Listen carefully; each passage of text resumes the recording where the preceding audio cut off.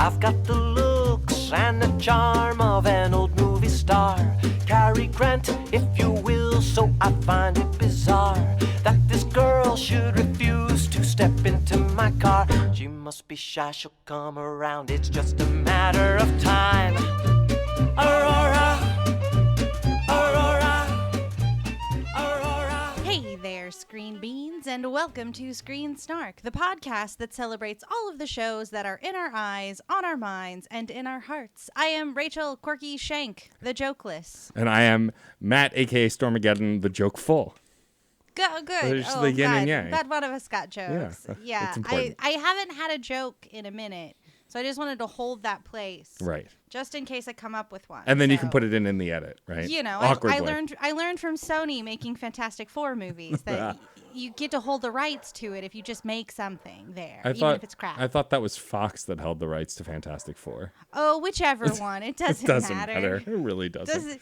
Who cares? They're bad movies. They've all been bad. I have a soft spot for the first Fantastic Four movie because of the cast, but they're not Wait, good the movies. 1994 Roger Corman Oh, no, one? the second one, the actual movie that got released. Because the Roger Corman one barely got released. It didn't. Oh, it didn't actually, yeah. I had a deep dive into the Fantastic Four series this week, so I'm Lovely. thinking about it. You know, learning lessons from history. Which is important. How to hold on to my joke slot.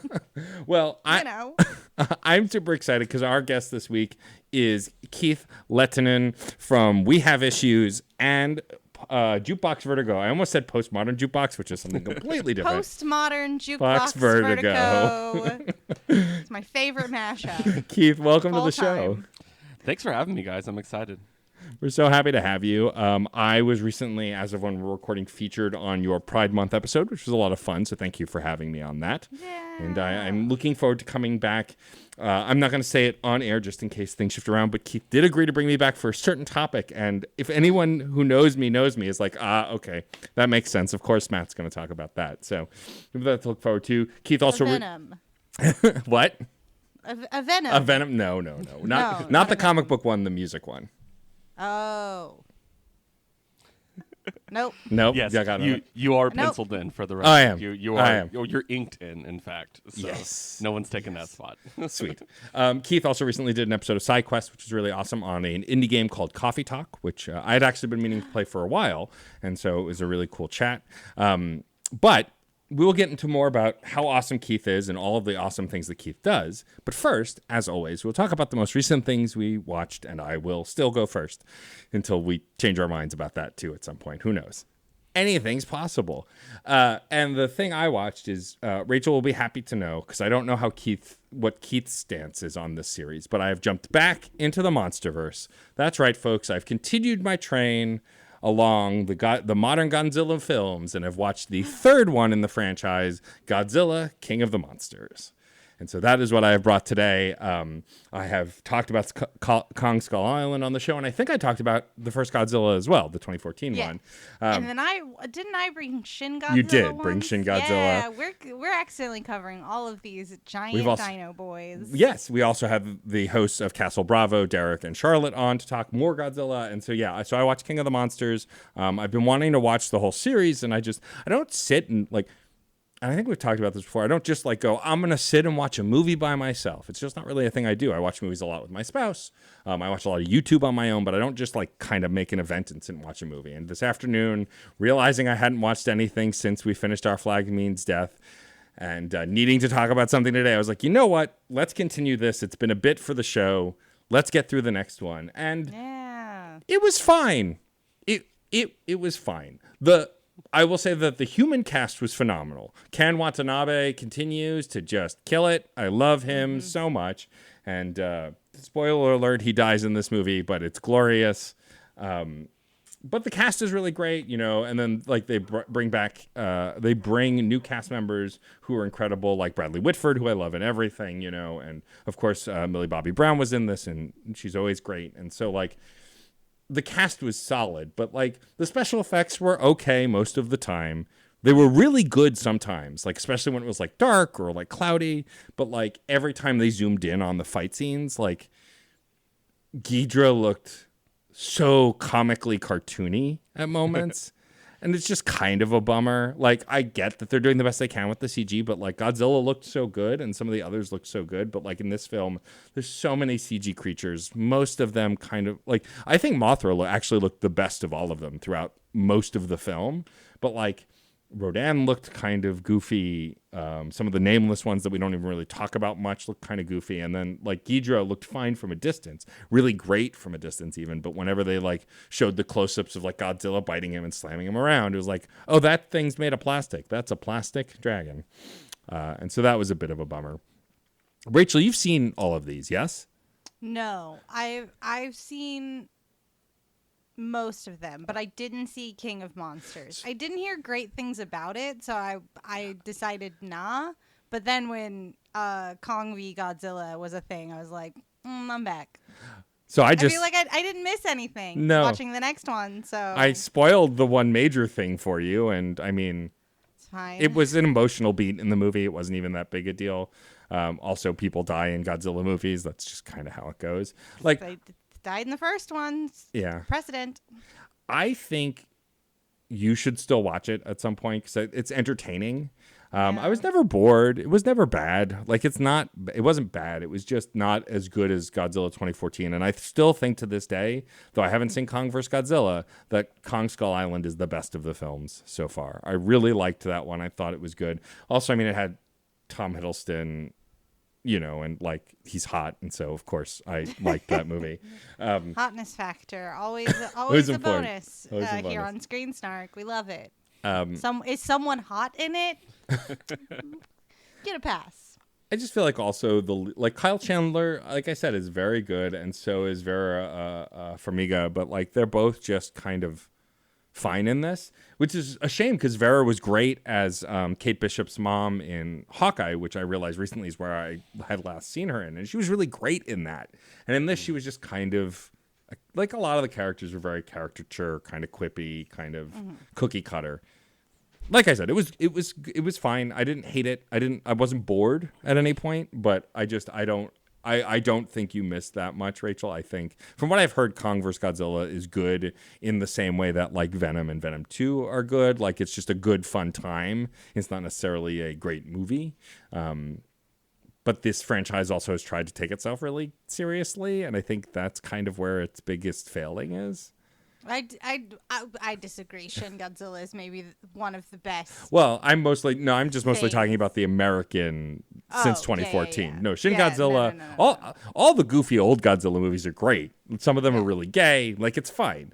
I'm mostly talking about like the 2014 to now, like the American new Godzilla run, have all kind of just been like grimdark and serious. And how do we protect the planet? And like this one was a little goofier, but from what I've heard, like Kong vs. Godzilla was the first time it was kind of really kind of goofy and just really leaning into that. Yeah. Very silly. Definitely embracing it a little bit Yeah. in that one. I liked that about that. I've always been more of a Kong fan than a Godzilla fan, although I did watch pretty much all the Godzillas. I remember shortly after graduating high school, I had satellite cable, if you will, and I loved the Independent Film Channel, and I basically would buy, and I'm going to age myself here, blank VHS discs and record everything that came on the Independent Film Channel, including all the old Godzillas. So I've definitely seen them all. I find my opinion of Godzilla lessens the more triangle-shaped he is. Because sometimes he's just straight up a triangle, and I'm like, that looks terrible. And so that's it. But no, I did see Kong vs. Godzilla, and I actually really enjoyed it. It's a lot of dumb fun. So, I mean, that's good to know. I mean, I think like the biggest problem is with any movie like this, and I think we talked about this way back in the early part of this podcast when I watched one of the later Transformers movies and talked about how like whenever you have big things that can crush other things and you make the story about the little things that are really squishy, the humans, it becomes less interesting. Like I feel like that's Transformers' biggest mistakes. Although watching the original movie again, there's a charm to Sam Witwicky a little bit, but like for the most part, I want to hear Optimus say roll out and watch the robots fight, and they avoid that. And that's, I think, the part of the problem here is like they want to have a narrative through line when most of us just want to see the monsters punch each other, which is why I think Kong vs. Godzilla probably did much better. then like for that. It's just pro wrestling. Like seriously, one of them suplexes the other on some like helicarriers. That's what you have to look forward to for the next one. Well, that's good. I mean, I will probably watch it. Like I said, this ultimately was entertaining. Millie Bobby Brown is incredible. There's not been a film that she has been in and it's funny. I've not seen the flagship thing she was in. Like I've still not seen Stranger Things, but everything else I've seen her in. Wait, have you also seen Enola Holmes? Yes. Okay. It's incredible. I adore Enola Holmes. That movie is incredible. We're getting a sequel, by the way. Yes. No, that was the first thing I really ever saw Millie Bobby Brown in was Enola Holmes, and she was great. Also, I was in it for Henry Cavill as hot Sherlock Holmes because he was very hot as Sherlock Holmes. But yeah, like every time she's on screen, she's super charismatic and smart and a really great actress. And so like she was great, but like, and like I said before, I'll watch Ken Watanabe do anything. Like he was in Detective Pikachu with a snubble and he was incredible and like played it straight the whole time. Like just he to this day, one of the greatest lines in movie history will always be, "Let them fight." It's iconic. It's just such a good line. In fact, in this movie, one thing that you missed by not seeing it is at one point when they're all on one of the Monarch ships, Bradley Whitford, who plays another doctor, another scientist, makes a meta joke about that. Like, oh, yeah, we should let them fight. Best thing you've ever said, or something like that. And I was like, really? Really, we're gonna meta commentary on how it's the great line. It is a great line, but come on. So yeah, so it was a fine monster movie where some of the monsters look good most of the time. Well, I mean, you did kind of sneak a 3-word review in there just now, but I will ask. Cause I don't know if you heard it. It was there. I already don't remember what I've said 2 minutes ago, which is part of my problem in life. Oh no! Well, Matt, unless you had any other thoughts about Godzilla King of Monsters. I don't think so. Like I could talk about the plot, but really, like, why? I don't think that. It feels like this franchise across the board doesn't really feel interested in talking about its plot. So no, I mean the plot was kind of interesting. It's mostly focusing on how like a scientist developed a way to communicate with these creatures using sounds and stuff, and it was interesting, but like not that interesting. Yeah. No. Anyway, yeah, I don't think I have anything else to add to this. All right.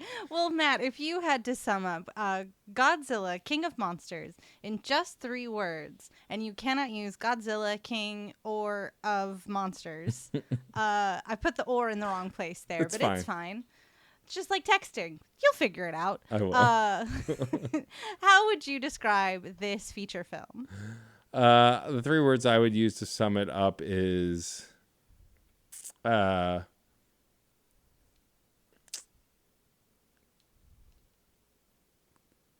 fun, but flawed. Fun, but flawed. I feel like I've used that before, but it really fits this. Like, it's not, like I said, like, it sounds like I'm poo-pooing it. It's a perfectly fine movie. And sometimes you want to see a perfectly fine movie, but it's nowhere as good as Godzilla 2014 or Kong Skull Island. So, I think if you want to keep the narrative arc, whatever that means, intact, then I guess watch it. But since Rachel clearly has not watched it and still enjoyed the hell out of Kong vs. Godzilla, I think you'll be fine. I was mostly just like, I'm not sure how Millie Bobby Brown got here, but it's fine. I'm glad she is. Yeah. Well, that's good to know she's in the sequel at least, because she was great in the first one. Hanging out. Or in the previous one, not the first one. Anyway. All right. Well, enough about that. I will continue my Godzilla journey. I don't know if I will by the time we record next, but I do plan on watching Kong vs. Godzilla, Godzilla vs. Kong, whichever way that title's meant to be, soon. And so I will report back. But Rachel. Everyone's favorite ship. Everyone's Kong, favorite Godzilla, whichever way. Let them kiss. Make them kiss. But Rachel, what is the most recent thing you have watched? What did you bring today to show the class? Make Them Kiss is actually a very good bridge point to what I brought. A recent bit of cinema has come, making waves, over the internet. Not really at all. I brought Mr. Malcolm's List. Mr. Malcolm's List. I don't know that I know what that is. Me neither. It's Please, Rachel, tell us. oh boy. So you remember a little author named Jane Austen? Yeah, of course. Sure. I Wrote love some- Jane. I love Jane wrote Austen. some Regency romance novels. Yes. Yeah. Emma, Persuasion, Pride and Prejudice. You love to see them. And recently we've gotten back into a bit of a like Regency period romance deal. Sure. Right. You know, your Emmas, your Bridgertons. Well, Mr. Malcolm's List is a feature film in the vein of the resurgence in Regency era romance comedies. This one obviously is a modern version, and you can tell, but in the best way. It's trash, and it's my trash. So this I'm is so like the glad. King's Daughter kind This of is like the King's. Okay. This is better than. This is a better film than The King's Daughter, but it's not as good of a movie experience as The King's Daughter. It was fun and fine. I can see we're picking up the Regency romance trend again, as we do. You know, it ebbs and flows, and it's coming back. And so Mr. Malcolm's List is a comedy of errors, and the romance trope of this one is someone pretends to be someone else in order to get revenge in the name of a jilted lover. Julia is the jilted lover. She was taken on one date, which the movie consistently reminds you they went to the opera once. He's like Ross from Friends about being on a break about it. Once they went to the opera, but he doesn't make a match with her. He doesn't call her back via letters, you know. So she calls in an old friend from school to pretend to be like the perfect partner based on a list that this Mr. Malcolm has about her prudence, her family, her conversation, you know, like 10 things I hate about you, but in stays. Haha, take that. I did have a really good time with it though. It was very, very fun. Again, I don't think written in Regency era, because the caricature that they used to sort of like kickstart the emotional scorning would have ruined this person's reputation in the ton. I know stuff like that, and I think about it sometimes. And I was kind of affronted having like dealt with stuff like Emma, where Emma is really rude to someone of a lower station than she is, and it's like that was really shitty of you. Like you could like ruin her rep around here, and like that's all she has right now. Like she needs to make a match. Like we're doing this thing. So like this weird caricature that went around really like mess with Julia's reputation, but we don't really linger on that. We linger more on like the hurt feelings of it, and I'm just like, wait a minute, this was a really shitty, nasty thing to do, which is why I am almost 100% sure that it was written within this century. But it's really charming. Everyone is acting on a level of like Disney original movie, and I love that. Excellent. Ashley Park That's is your there, brand. so what can you expect? Yeah. Was this directed by Kenny Ortega? I don't know, but yes, probably it could have been. I loved it. Mr. Malcolm's List, go treat yourself. It's great. Hey, you were kidding. This is like a modern, like this is out now. Like you went to a movie theater to see this. This moment in movie theaters. It's and of the amazing. choices I had, a Top Gun Maverick, a Lightyear, a rewatch of Everything Everywhere All at Once, because that is still in cinemas, and I'm so glad for that. Yes. I did this garbage because I saw a preview of it accidentally once, and I was like, I have to know everything about this movie, and now I do, and it's cool. It's fine. I mean, it sounds like you had fun at least. I had a great time. Are you kidding? It was so much fun. It's got Frida Pinto in it. Yeah. Yeah. I'm watching this now. Yeah, it's great. It's so cute.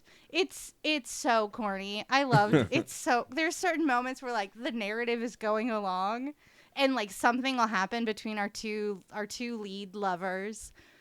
and it's like something that's on Mr. Malcolm's list, and it cuts away to the list, and a little check mark appears on it, and I'm just like, we have made these choices. Wow. But it ends on this sweeping drone shot, and I was just like, they were so proud of themselves to get this drone shot, weren't they? They love this drone shot.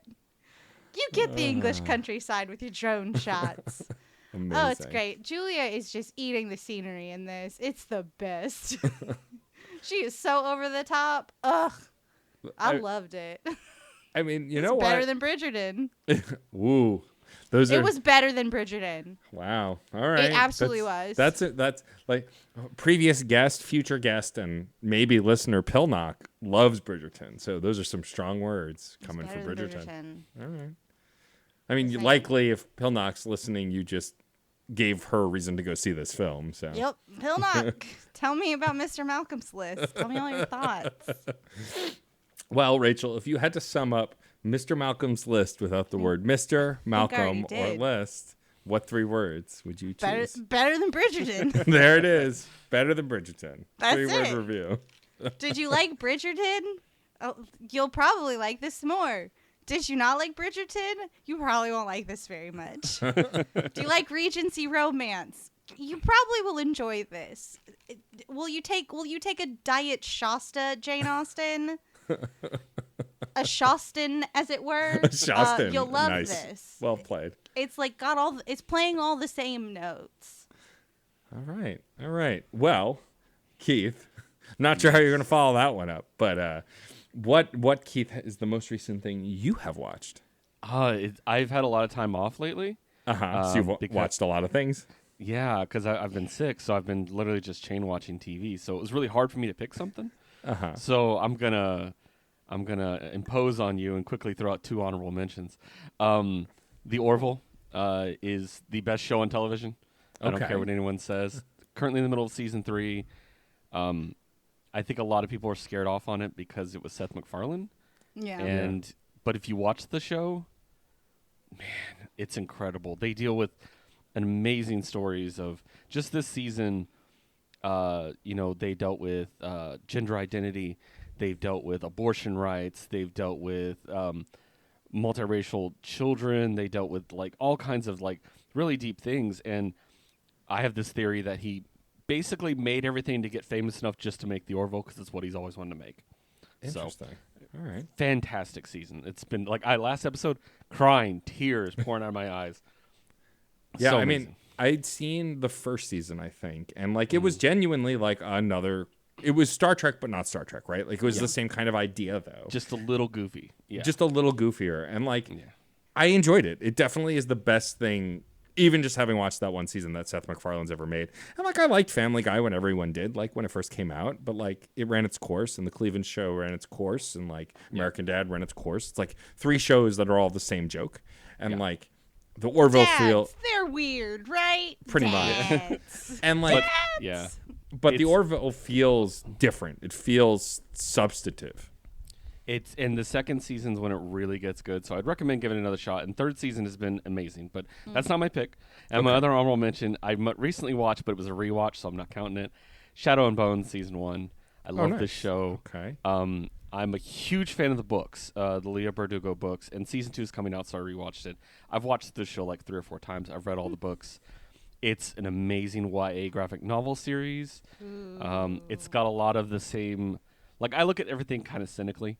So it's got a lot of the same things you kind of look for in a YA series, like, oh, here's different things you can be, like, you can sort yourself into the Divergent houses or whatever, it does that pretty well. But it's I'm like Percy Jackson. Yeah, exactly. I stole lightning once. It literally uses kind of like Avatar: The Last Airbender kind of ones, where it's people control different elements and stuff. You're like, yeah, I want to be an Inferni, but they use a lot of Russian culture. Just a lot of Russian names, and it's so good, and everybody in it is beautiful. Like every single person, it's the biggest like wish fulfillment for this happy little bi boy right here, that everybody's beautiful in their own way, and it's fantastic. Love it. Love to hear that. Yeah, so I highly recommend it. Check out the first season. It's on Netflix right now. Second season's coming soon, and there's even more hot characters coming. So exciting.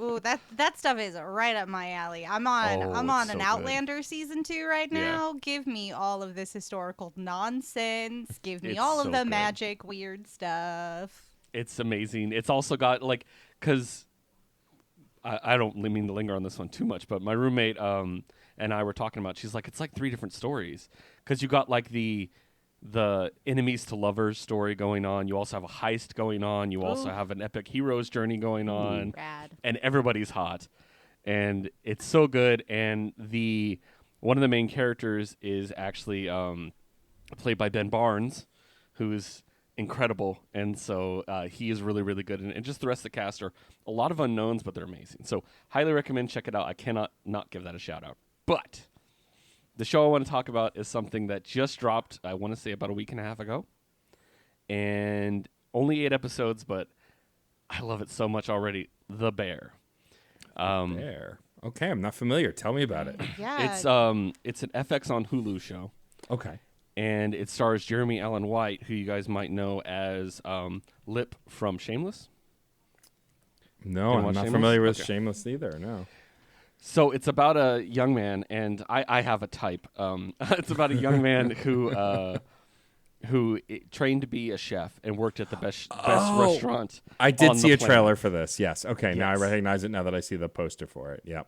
And his brother, who is played by John Bernthal, by the way, he actually ends up killing himself and gives his like Chicago beef restaurant to him. Basically, give him this crappy restaurant in downtown Chicago that needs all this work. So he's like this classically trained chef, and he has to come in and try to fix it, try to get it to work. But it's really a story about grief and about family, and so there's a big found family thing going on there. Mm-hmm. It's just a really amazingly told. It's only 8 episodes too, and they're only 30-minute episodes with no commercials. So it's just wow. It went by so quick. I did it one night. It's a breeze for sure. Yeah, and I just love it. And there's not a lot of food porn, but there's a little bit, and there's enough for me, which I love. Like a tasteful amount of food porn. Exactly. Yes. And I actually tweeted yesterday about how if I was an actor, I'd play a chef in something, because then they send me to school to be a chef, and then I could do chef training too. And so that's kind of what it made me think of this. It's just really cool, and it's not like a bright and shiny cooking. Like I'm a sucker for cooking stuff. I love the movie Chef with Jon Favreau. Yeah. I love the name completely escaped me. Catherine Zeta-Jones, Aaron Eckhart. Romantic comedy. I no know reservations. No reservations. No reservations. Yeah, I could see the artwork, and I was like, "What is?" Yeah. But it was all glyphs where the title was. Yeah, I adore that movie. I love anything with cooking, because I like to cook too. And so this one is that, but really gritty. It's like a kind of an ugly kitchen, and they're making mostly hot beef sandwiches, but they're trying to do it in an elevated way, and every character has an arc, and all the interactions are really well done. The writing is so good, and the characters you like, I'm gonna hate that guy. You might not like him, but in the end, you get him. You know what I mean? Mm-hmm. Like it's done really, really well.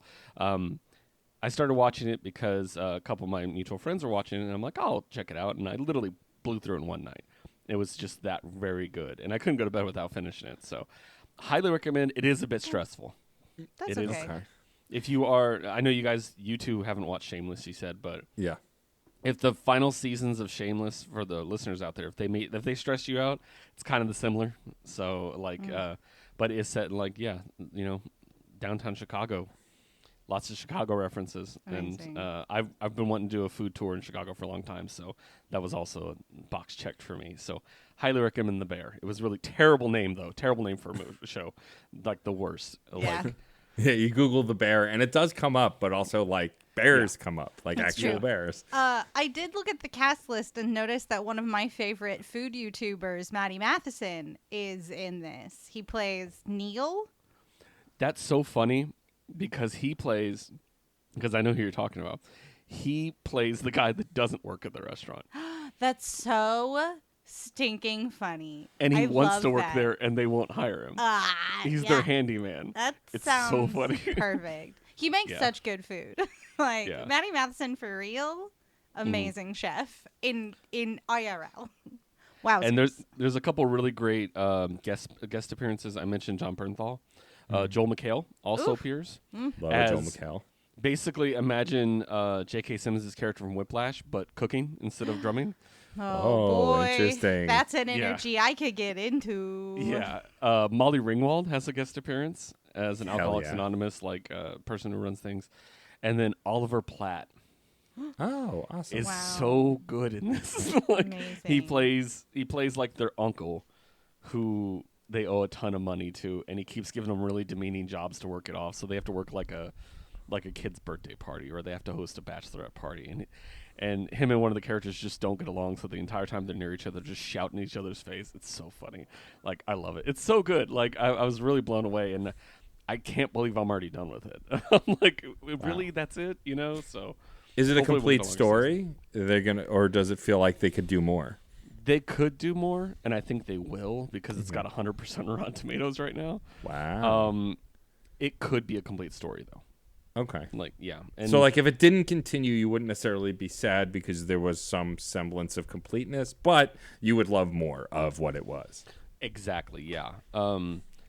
I think it would be great, if nothing else, because the cast is, like the main cast, except for Jeremy Allen White, are unknowns for the most part. People I've never seen in anything that I immediately was like, you were incredible, you were really good, and I'm like wanting to check them out in other things. So, yeah, really highly recommend. Nice. So, Awesome. Love that. Look at Well, that. Keith, if you had to describe the bear in just 3 words, and you couldn't use the 2 words the and bear, Sorry, can't use them, what 3 words would you use to describe this program? hidden culinary gym. Oh, I like that. Ooh, Well said. very nice. Excellent. check Excellent, that out. excellent. I definitely want to check it out. No, it sounds really good.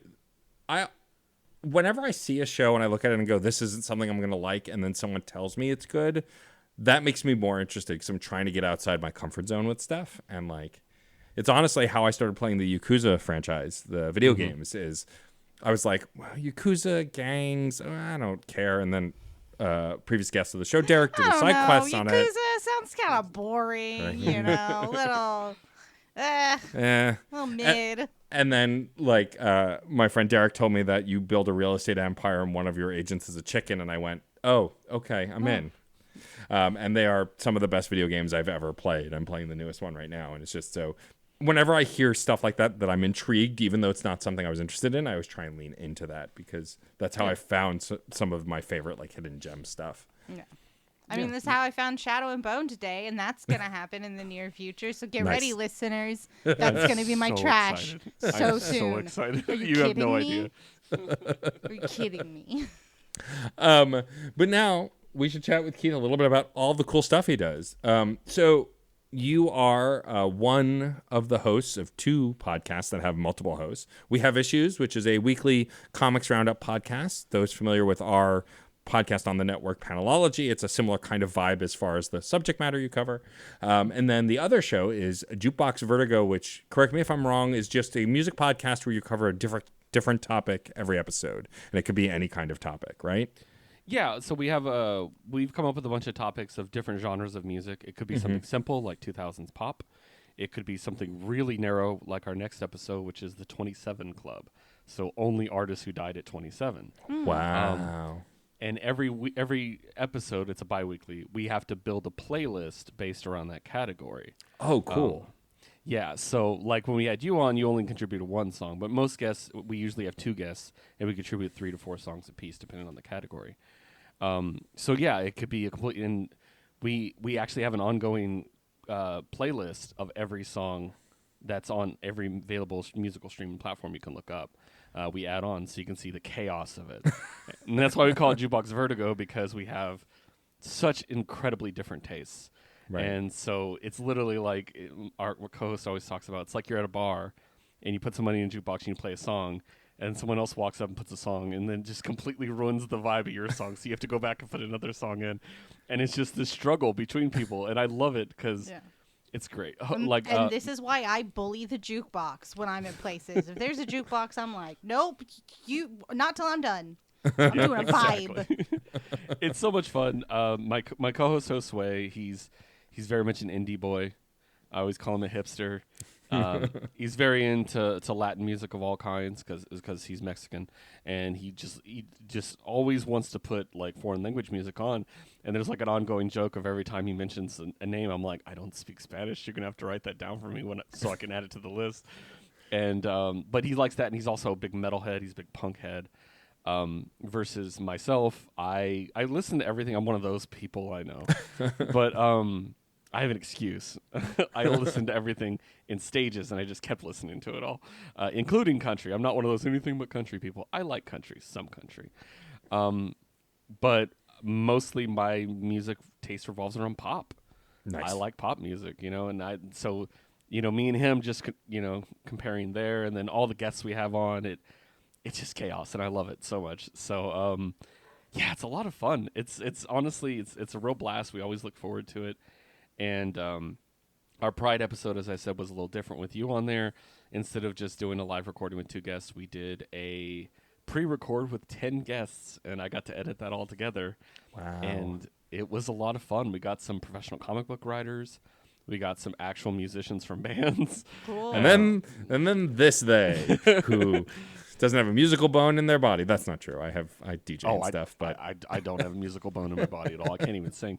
Yeah, you can have an appreciation for music, and that is valid. Yeah, fair enough. Where are my professional music appreciators at? Where are you? Hands up in the podcast world. Toss them up. I don't care. Are you on a train? Doesn't matter. Put them up. I demand it. That episode was fun to record, though, because like you had asked me in advance, I would love for you to do this thing, so you should think of an LGBTQ plus IA. I know I screwed up the nomenclature, but you know what I mean. The gays. Fine. Pick a song by the gays. Yeah. TM. The gays. TM. And I like to use queer as a recovered term. But not everybody does, so I tend not to. If it's not comfortable. But yeah, I understand what you're saying. And I was so excited. I was like, oh man, I get to go on a gay podcast and be gay and talk about gay things. And then went, shit, what the hell do I bring on? I have no idea what to bring on. I really struggled because I realized how little I think about the sexuality of the artists that I listen to. It's not that I don't know their sexuality necessarily. It's that it doesn't factor into the music I'm listening to, which is strange, right? You would think it'd be at the forefront. We're often thinking about sexuality and talking about it, but it didn't register to me. And so then I went, well, I'm not sure. But when I really thought about it, I, of course, went back to K-Flay because K-Flay recently came out within the last few years and publicly dated a woman and, wrote a lot of songs on their last record about that. And so that ended up being my choice. But the other choices for that episode were great, too. You had some great guests with some great picks. Yeah, we had a blast. And it was an important episode for us because, it was Pride Month. But myself being bi, Josue identifies as pan, and our producer is bi as well. So we're all, queer of some sort. So we're like, we should do something with this. So we decided, okay, let's do only LGBTQA plus, guests and only artists as well. So everybody on there, has a voice, and we really like that. And it was a blast. Some of the people we've had on there before, some of them we are brand new, like yourself. You were the first time on there, and really had a blast doing that. And it was a lot of work, but it was a lot of fun. I really enjoyed doing that. So yeah, but definitely, it's definitely the more fun of the 2 podcasts. I love We Have Issues, but if anyone's listened to one of our episodes, they're girthy, so they take a while. So, Wait, you say a weekly show about comics is girthy and long? I can't imagine. Rachel, you've no experience with long podcasts. There's barely any comic book content out there, so it feels like a bit of a stretch. Just could it be possible? No, there's like 2 comic books in the whole world. How much could you talk about 2?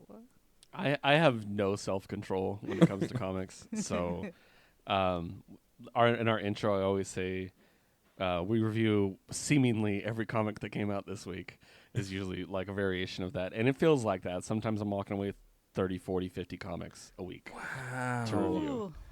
Yeah, and it's brutal. And to be honest, about half of them I'd buy if I wasn't even reviewing them. So might as well do it. Might as well get something out of it. But yeah, but that one's fun. Don't get me wrong, but it is a lot more work because you get your comics on a Wednesday and we record on a Thursday night, so you got to read all those comics before Thursday night. So, yeah, that's the challenge. So. I can barely casually watch one new thing for this show. I cannot imagine. Ha.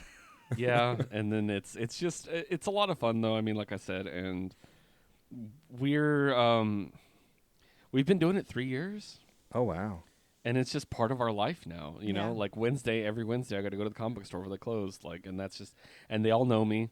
They see the big stack I got. No one says anything. Like, it's just great. And my co-host actually works at a comic book store now. So he works at Books with Pictures in Oregon, in Portland, which is one of the best comic stores on the planet. And I'm very jealous of him and I hate him. And sometimes they get the comics like 3 days early, so he gets to read them early. And he's like, "Hey, I read this. Do you want to know what happened?" I'm like, "No, stop it." Like, he's the worst. I love him to death, but he's the worst.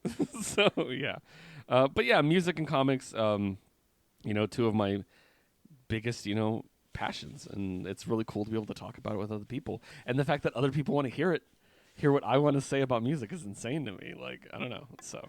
I'm curious because, like, I know Rachel and I have talked about this on this show, and then I've talked about it on my other shows. Like, when you consume media for a podcast, burnout is really easy. I felt burnout for Fun and Games when I was trying to play too many things at once for the show specifically. Rachel and I have experienced it for this show when we were trying to keep up with certain modern things, and I know Rachel's experienced it with the Infinity Pod, especially when you were doing the Disney Plus stuff. And so I'm curious. But actually, no. There's only like 2 Marvel things. Right? Yeah. There's existed, nothing. Yeah. So there's nothing to get burnout over. There's a real desert of content. Yeah. There's like nothing. It's like 4 hours and you're done. But I'm curious if, Keith, you feel that, especially with the comics and music. Do you find yourself still listening to music or reading comics outside of what you cover for the show? I mean, I guess you can't really read comics outside of the show because you're reading every comic. But, like, do you feel burnout with that kind of stuff when churning it out for those podcasts? Well, we only review the new issues. We don't review trades or anything else. Okay. So I still buy trades and I still read them. So, I mean, yeah, I do. Honestly, I'm a big reader. I've always read a lot. So most of my reading is books that are outside of the comics. Like, I read a lot of books. So I have like an inbound stack of books that I'm reading. I'm reading one that Case sent me right now. That's an anthology. And really enjoying that about different superhero stories and stuff because we talked about it when we had a chat once. And comics, I mean, I'll get trades. It's usually going to be indie stuff, people I want to support. Usually people I've interviewed that I've really enjoyed talking to and really like respect and want to help them. And, we use our platform. That's the important thing with us is we use our platform to help, the people who need the help. Right. Like, I love Marvel. It's my favorite. Don't get me wrong. I will buy an X book every day of the week. I love the X-Men. They're amazing and incredibly gay, which I love. But yes. But we'd rather push Vault. We'd rather push, like Scout, like the smaller publishers and the people working on them, and we'd much rather do that. And like I think the fact we open with that also makes it like less of a burnout. You know what I mean? Like we start with the stuff we're really excited about. And that because we always start with our indies, and I think that helps. Yeah, I don't know. And also, last year, I had a lot of spare money, so I was able to do a Kickstarter thing where every month we kickstarted a self-published comic book. At least that's one. awesome. That's cool. But we actually I ended up spending a lot of money in the 4 digits is what I will tell you. Whoa. In Kickstarter. And so I had to stop because I was like, well, if I'm going to get it, I'm going to get the special edition. So, and then I was like, oh, and then, it got pretty extreme. So I had to cut back on that. But we still try to kickstart whatever we can, especially a lot of queer projects, including the Visibility Buy Box, which has a graphic novel of all bisexual characters. Wow. It's got That's trading cards, it's amazing. got stickers, it's got pins. This is amazing. They're doing a sequel. Keep an eye out for that. Cute. Had to get a plug in. But no, we just like, I think we find, to answer your question, I think we find the passion, again, with supporting the people that really need the support. Yeah, And they're also the most encouraging, replying to us, thanking us. And I made a statement recently, the best compliment ever is when a creator puts, the guys that we have issues really understands where I'm going with this. Because I think like a lot of comic readers are very reactionary, and we try to be like, what's the long term? Where's this going? You know, what and so I really like doing that. And like, I've got that compliment 3 or 4 times now from people I've never spoken to before, and I was just like, it makes me feel like I'm doing the right thing. You know, I'm not one of those people. So, and it's really cool. And also our other concept that's really big on the show is we only do positive reviews. Right. If we read something we don't like, we just don't talk about it. Because it's really easy to get listens if you're just going to bag on stuff, but what's the fun in that? And our thing is we tag the whole creative team when we do it. If you follow our Twitter, you'll see every Saturday morning there's a huge Twitter chain of a picture of every issue we read. Artist, writer, letterer, colorist. We put everybody on there, tag them on Twitter. I'm not going to do that and then bag on your book. Yeah. That's just not okay. So I that's you're an artist. Yeah. Who am I to just bring you down like that on a Saturday morning? You know what I mean? So, if we don't like it, we just don't talk about it. So, and that's been, I think, the thing that also made it better, because it's definitely easier to get down if you're just talking about how much you hate things. Yeah. You know? For sure. Yeah. No, yeah. I mean, I love that. I think that it's very easy to want to support the next big thing, but enough people are going to be talking about that. Like, Rachel and I have spent a lot of time talking about the most popular thing, and we still do sometimes, but for the most part, I think Rachel's idea to shift to TV as well, selfishly because you were watching a lot of TV at the time, but I think also TV. I love TV. But I think also TV's the best. It is the best, but I think also part of that was like this want to spread the news and like share more less recent stuff. And we've gotten some incredible recommendations from our guests because we brought in that. Whereas when we were doing movies, I felt like we were just talking about the most recent movie we saw. It was probably something in the theaters, and it just, that feels less interesting to me. But and I agree with you also, Keith. I don't want to make fun of things on here. Like, one of my proudest moments, and I talked about this in our 100th episode, is when Abe Goldfarb came on the show and Rachel and Abe talked about the Snyder Cut, but it wasn't to bag on it. Rachel had legit complaints and Abe had legit compliments, and they had a discussion. And that's more interesting to me than just bagging on bad artists. Like, unless it's Nickelback. Nickelback just sucks because Chad Kroeger sucks. But like, I could tell you why musically Nickelback sucks and what's wrong with their chord progressions and why it's repetitive. I'm not just going to say they suck because it's dumb. Like, where's the fun in that? Yeah. Speaking of the Snyder Cut, and I'll give you an example, because that's the one thing you'll probably see me be most negative about on Twitter, is the Snyder Cut. And the reason for that is not because of the movie. The reason for that is the fans. Yep. Right.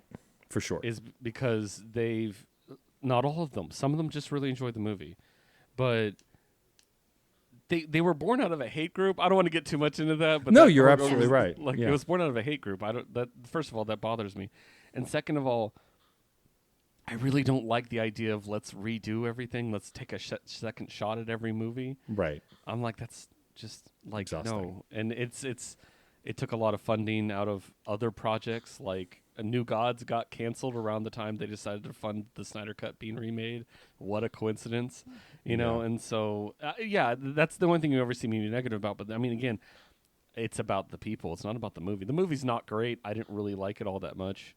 I didn't really like the first one, the Joss Whedon cut. I don't, it's just, it's nothing like that. And I do pretty much love everything Marvel's ever put out. And yes, I am a Marvel shill, but I love DC too. I love Aquaman. Aquaman's incredible. Aquaman's amazing. I love good, fun, dumb movies. I don't like bad, mean movies. And like, some movies are mean and some aren't great. But like, I know I just said I don't like bad, mean movies. but I don't ever think that like art is bad. You know, I don't Right. put like a value moral judgment on it. Like there are things that I can diametrically like oppose. Like I watched a really great piece that really was talking about the politics of Snyder's 300 and how like it is very like fascistic in a lot of like what it is doing, you know, like this hearkening to an ancient time that we could return to, and you know how the Persians are painted as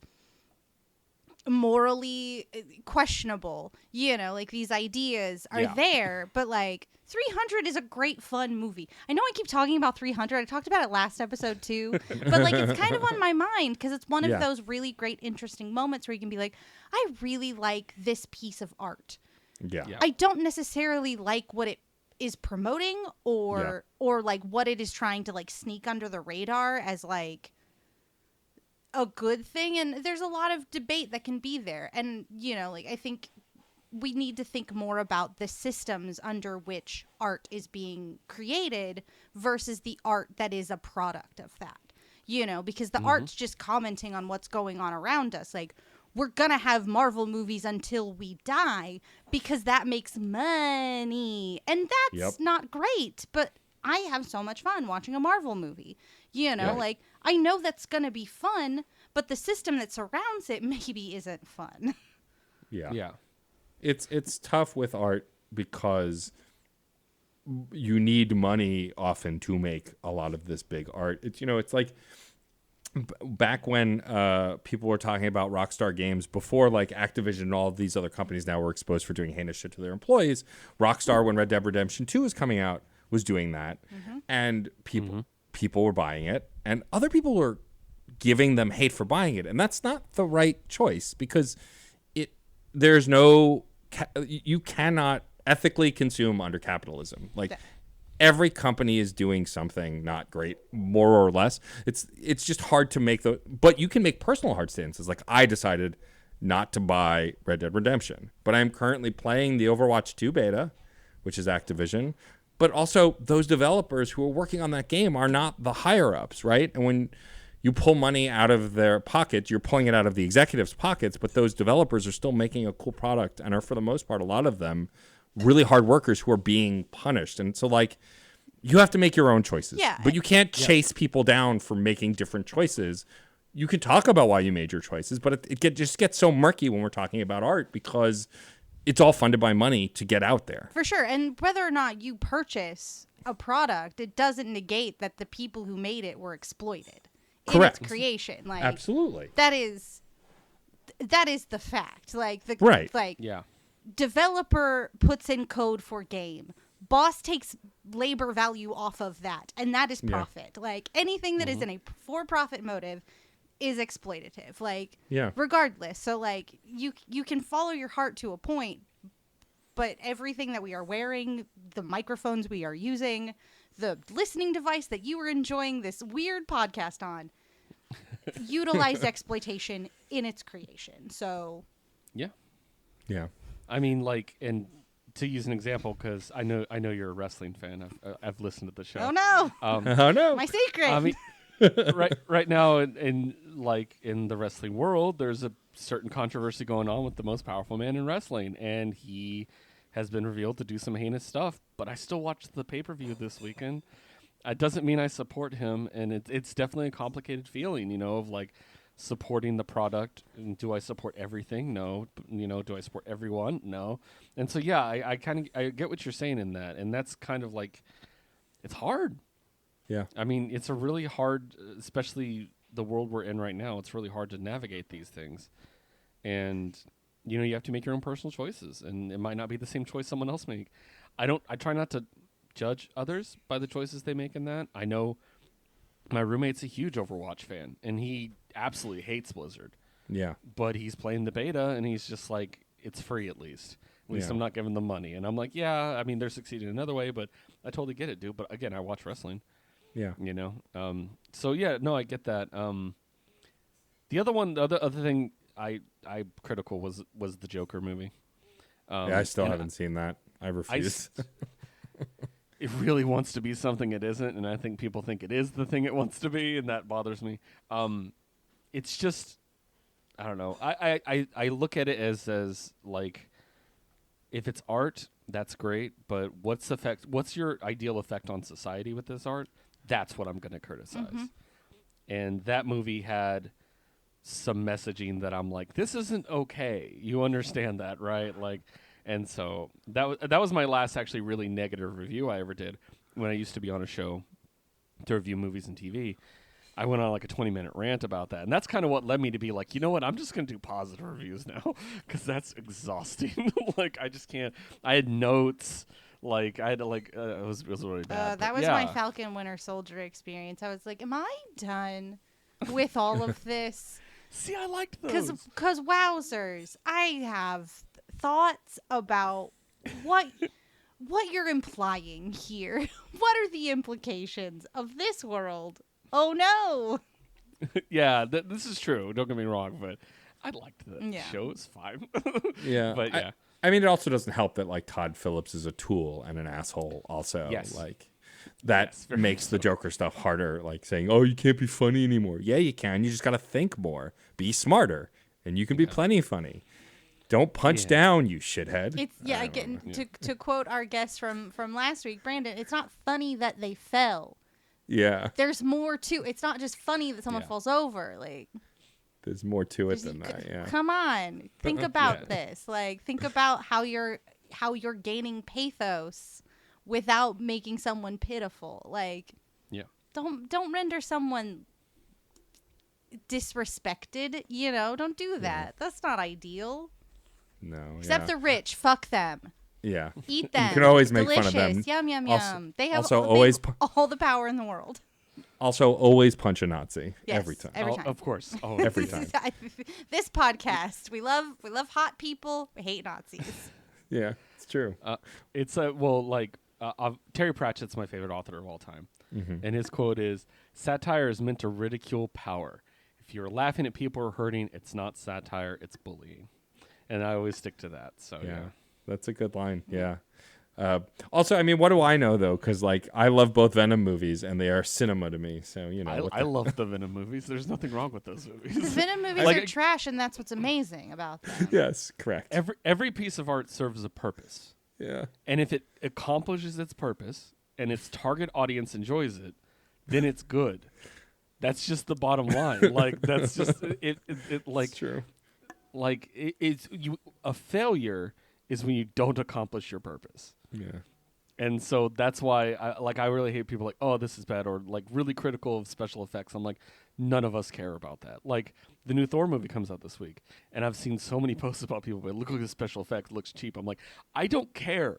Like, I don't care. It's gonna be fun. Yeah. I don't care. You could truly, you could take all of these actors that are going to be in this movie and put them in the Party City versions of their costumes and literally just have them run around like a McDonald's fucking play place, and their charisma's gonna take off enough. Yeah. Like, if you got Taika Waititi there, you're gonna be fine. Like, it might be funnier. It might actually be funnier. Because of Taika. He'll be like, well, we'll spend this. Yeah. So, yeah. No, and that's just my whole thing with media is, if it can accomplish its purpose, then it's good. Yeah. I mean, it's in good as in quality, not as good as in should exist. But, Right. Yeah. Fair. That's fair. Yeah. Well. Make art not divisive again. Yes. Yeah, it's funny. And we've talked about this before too. I less and less have public opinions about art online. Like, I had to step away from my phone the other day because someone was talking about how. Now, to be clear, I understand why people are upset with Wanda's arc in Multiverse of Madness. That I understand. But I saw someone tweet, "It doesn't make sense why she was the villain." I said, "Aha! See, that is exactly what they teased in the post-credits scene at the end of WandaVision. Whether you agree with that arc, I totally get, but to say you were surprised she was the villain? Like, the entire marketing was for her to be the villain. The entire, like, the end of her arc on WandaVision was showing her researching in the Darkhold. So, like, it's more complicated than that, but I felt this instinct to want to argue online, and I went, no. They are entitled to their opinion. They absolutely have a point of wanting to be unhappy with how this film handled this character, I do not need to argue with this person in public about why they're wrong. It's just not necessary. Yeah, and it honestly sounds like it's more of the critique of the connective tissue between projects where Wanda doing heel turn is in her canon. Like, it's stuff she do. Like, it's not surprising if you're in the know, but if you didn't necessarily know what the Darkhold was, you're just like, and then Wanda looks at some book, and then she's bad and mean. Oh no! Like, how did this occur? Like, because they're resonating with what is more emotionally true, and what is emotionally true is Wanda made an incredibly heroic sacrifice last we saw her. Right. It's how someone is processing it differently, like maybe you don't know that she snapped the world and made all the mutants disappear, and that's not great to do. No. It's a bad idea, friendo. So, I can totally understand, and that's sort of like coming back to what Keith is saying about, did this execute what it needed to do? Did it believably take you on the journey of Wanda's descent into villainy? If it didn't get there, then the art didn't do it for you. Right. And that's fine, because that art might have did it for somebody else. Yeah.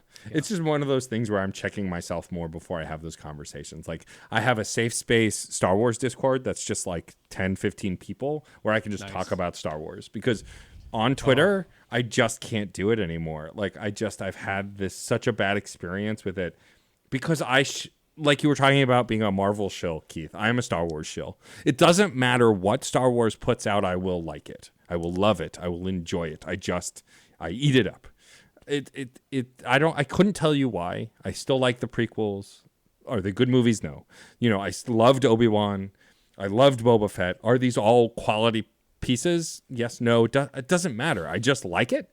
And so no one wants to have that conversation about celebrating it with me. Most people just want to go, well, this was dumb and that doesn't make sense. If I see one more person tweet about how Obi-Wan Kenobi aged in those 10 years, I'm like, have you never lived in a desert? Do you have no imagination? It's a damn TV show. Who cares? Like that, you want to argue about the merits of how they treat their characters or the writing, fine. But you want to ask how he became another actor?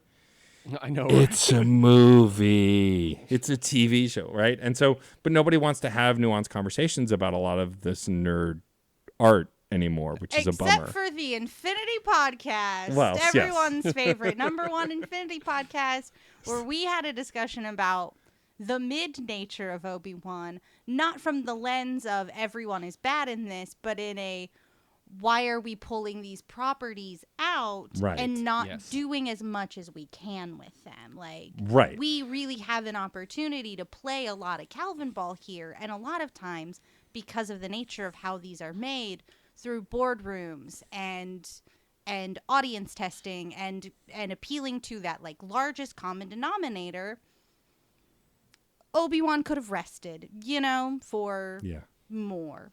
And it's because I love Star Wars and I think it deserves more, which is why I am harder on it than others, because I want it to take risks and I want it to try things. And now that it has all the money in the world, why don't we?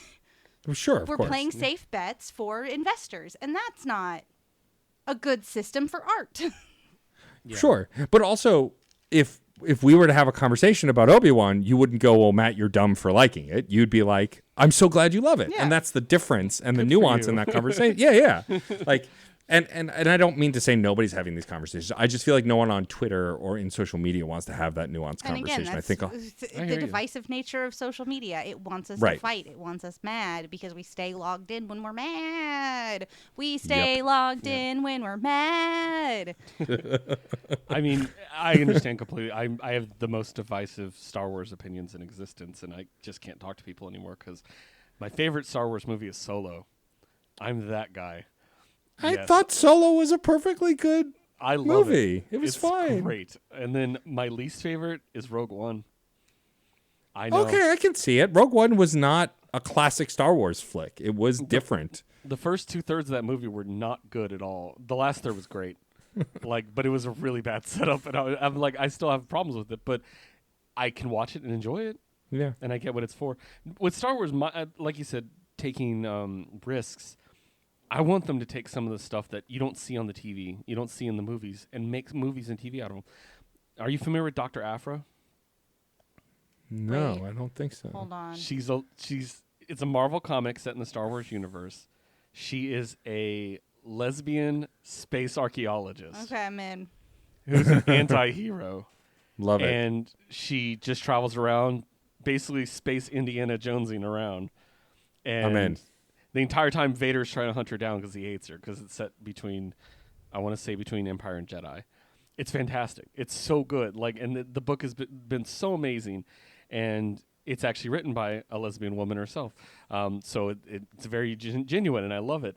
Also, the High Republic. Do you know anything about the High Republic? I've heard of it, but I haven't read any of the High Republic stuff. So it's basically set thousands of years before the Skywalker saga. It has nothing to do with any of it. I want to go to there. I want to be on. I want to be in that Star Wars now. Thank you. Take me to basically Knights of the Round. Yeah. But Jedi. Yep. And it's incredible. The only character that repeats is Yoda, just because he's that old, basically. That's fine. And it's He's fantastic. Merlin. He's allowed to be. He's kicking it.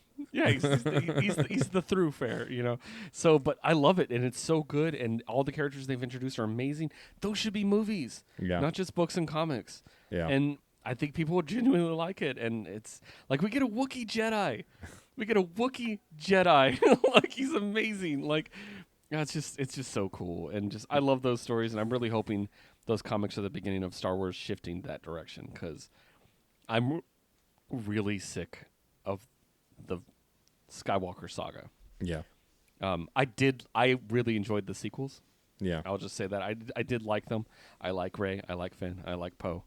I like those characters, but I really feel Episode 9. Okay, that we're done. Yeah, we're done now. Yeah. So going back to Obi-Wan's just yeah, where those sequel Star Wars fell apart isn't in what fanboys TM had to say. It was this need to go back to the IP because they were too nervous about the backlash. The knee-jerk from reaction. the other stuff. Again, not a great system to make art in. So sometimes you get weird knife moments where it's like, if I hold the knife just here as the cruiser sinking into the water, is this what you want, internet? Is this what you want? Yeah. No, I mean, that's legit. I mean, Knights of the Old Republic I'd never played, and then I got it on Switch, and it's one of my favorite Star Wars things I've ever had. And mind you, this is a 10 or 15-year-old BioWare game that I didn't have the big twist spoiled for me in. Ooh, nice. And then I got to freak out publicly online about it, and the company Aspire, who ported it to the Switch, commented on that tweet whoops, oh, you didn't know? It was very funny. It's just and I agree, the further we get from that stuff, it's why I liked Boba Fett so much. It's why I like The Mandalorian so much, because we're mostly getting away from that stuff. I know with Mandalorian it's not so much, but at least Boba Fett, this is a whole story we've not heard, right? They're filling in gaps, but it's with a character who is in a couple scenes in a couple of movies, Right. Yeah. And I care more about Star Wars when it's not about the Jedis too, with some exceptions. I like there's so many other kinds of characters in this world besides Jedi. And but wouldn't it be really fun to have a whole bunch of Jedi just doing shit? Not before Jedi. they become this weird police force for this crumbling republic that is ineffectual. It's falling apart, guys. Star Wars, you really do something about your entire really messed up Senate, but maybe don't do a fascism. I'm really worried you're gonna don't give all the power to this one weird old guy. I don't like him. Stop it. Stop doing that. Hey, cut it out. Nobody likes this. Hey, let's not. But before all of that, just Jedi who are just Ronin, just have them do a Ronin series. They just run cool. town to town, do some supernatural monster of the week bullshit. It'd be great. Are you kidding? You want to sell lightsabers at your stores and your theme parks? Give us more Jedi. It's a good business model. There's a comic mini set in the High Republic called The Monster of Temple Peak that I would recommend for you. Ugh. It literally is a former Jedi student who basically flunked out of Jedi Academy and is now a Ronin, literally going around doing jobs, and it's amazing. Like she's not like, she doesn't have the whole Jedi like mindset. She's very angry. She's very, aggressive, but she's a badass with a lightsaber. I love it. It's so good. Awesome. Well, we got completely off track somehow into this. It was great. It was lovely. Fun. It was wonderful. It was amazing. But Keith, thank you for joining us on the show. This has been wonderful.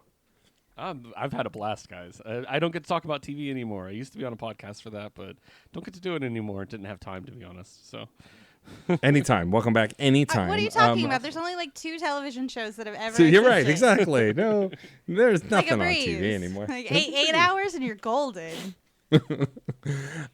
Before we wrap up the show, Keith, why don't you tell folks where they can find you online, where they can find your podcasts online, where they can find all the stuff that you do? Yeah, so the best way to find me is on Twitter. It's WHI Podcast Keith, which is We Have Issues Podcast Keith. You can also find our producer Liz at WHI Podcast Liz, who's also my roommate and best friend, and my co-host Josue at Josue Reads Josue. You can find our shows on Twitter as well, WHI Podcast for We Have Issues and Jukebox Vertigo for Jukebox Vertigo. So yeah, make sure to follow me on there. I mostly talk about gay stuff and comics and hockey and pro wrestling and Terry Pratchett. So, good combination of things. Yeah, definitely. And our shows, you can listen to them anywhere you listen to podcasts. We're pretty much everywhere: Spotify, Apple, everything you might see. Just check us out. Look us up for We Have Issues and Jukebox Vertigo, respectively, there. And the playlist for Jukebox Vertigo can be found on Apple, YouTube Music, and Spotify. Wow. Just search for Jukebox Vertigo. Excellent. Yes, I pay for a Spotify subscription and an Apple subscription just to maintain the podcast. Yeah, I'm a sucker. But yeah, check them out on there. You can listen to it. And Jukebox Vertigo comes out every other Monday in the morning. We Have Issues comes out every Saturday in the morning. And every evening when Jukebox Vertigo comes out, my co-host Josue does a live listening party on Twitch. Wow. As he adds the songs to the playlist to give his opinions, because most of them aren't his picks, so he gets to give opinions. So you can find him at Josue Plays Josue on Twitch.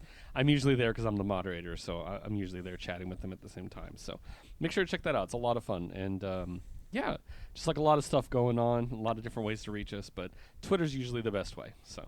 Awesome. Yeah, Rachel and I would know nothing about being too busy working on too many things at once and not knowing when to not work on things. Yeah, I only work on 2 things. There's only 2 things. It's like an hour a week. It's great. Yeah, it's great. Is that bit getting old? I don't know. I don't care. Rachel, we have some people to thank. Yes. I need to desperately thank John Presnell. Thank you, John Presnell, for the use of the song Aurora off the album Fair Game featuring Stefan Remble. Yes, thank you. Also, thank you to the incredible Kitty Bug who designed our incredible show art. And thank you to Case Aiken. No thank you to Case. No thanks to Case. None to Case Aiken. Who designs our episode art and redesigned the episode art starting at 101 to have a new sleek look. Yeah, no thanks to him plunging through the depths of our internet accounts to find new rotating photos of us. No thank you.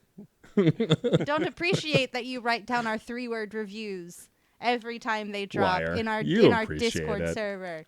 No, thank you for hugging me in Salem, Massachusetts. It was not a delight. It's not my treat and my honor. Is today opposite day? No, I have a feud with Case Aiken. Your kayfabe is strong. Do you want to thank our podcast network? I do want to thank our podcast network. We love you. All of you. Every single one of you in the podcast network, except for Kay's. No, thank you so much for allowing us to once again be part of the network. You can check out lots of shows there. If you go to certainpov.com, you can find shows like Real Movie Guy and Cine Review Person. Nope. Totally nailed it. Real Movie Critic and the City Guy. Yep. They do. No. The Real Movie Reviewer versus the Cine Guy. You can check them out. They do things. Books That Burn. Panelology. Crash Chords. Autographs. CPOV autographs, but CPOV close autographs. enough. It used to be Crash Chords autographs. Formerly, the bit is I'm not good at titles. No. Even when you're good at them, you're not good at them, and it's fine. Take that. Check them out. Yes, please. Bye. You can also join. You can also join our Discord server by going to certainpov.com. Also, rate and review this very podcast when you get a chance. It helps more folks find the show. This very one. This one right now. This episode. You're listening You gotta to it? Remember when you put your hands up before? go right. I can get you to do things now. Rate and review. Write us a review. Rate us. Also, if you want to reach us, we're screen_snark on Twitter, and we are screensnarkpod@gmail.com. Send us your suggestions, love mail. We don't want hate mail, though. Yeah. I guess now it's time for Rachel to ask our guest the final question. Yes, and don't forget to shout at a bird, listeners. Oh, yes. Also, Shout at a bird. I'm wanna, glad that if you one. Reach us, Nice shout at a callback. bird. Yeah. Shout at a bird. Why Awesome. not? Magic. Can't hurt. Well, Keith, I am desperate to know the answer to this question, which I believe you know. So I don't think I'm gonna surprise you with this. You said you've listened to the show, but I do want to know, for all eternity, for the listeners, if you could choose one trope to instantly and magically be true in your life as featured in films and television, which one would you choose? Oh, man, I didn't even think about this. Yes, got him. Got him. I do love Enemies to Lovers. Enemies to Lovers. It's so good. so It's good. classic. You'd love It's the Mr. best. Malcolm's List. They do that one a couple of times. It's great So fun. does Shadow and Bone. Yeah, Love- Enemies to Lovers. I'll go with Enemies to Lovers, yeah. Yeah, it's a good one. Oh, reliable. Enemies Yeah. to lovers. And hey, if any of Keith's enemies are listening, what's up? Hey, what's up? Hey. What's up? Hey. Hey. DMs. Are they open? I don't know. We don't know. I guess you'll have to find out. Are Case thank and you I again. going to become lovers? No, because he hypnotized my cat. God. Thank you again, Keith, for joining us. This was a pleasure. Yeah, thanks, Keith. Yeah, definitely, guys.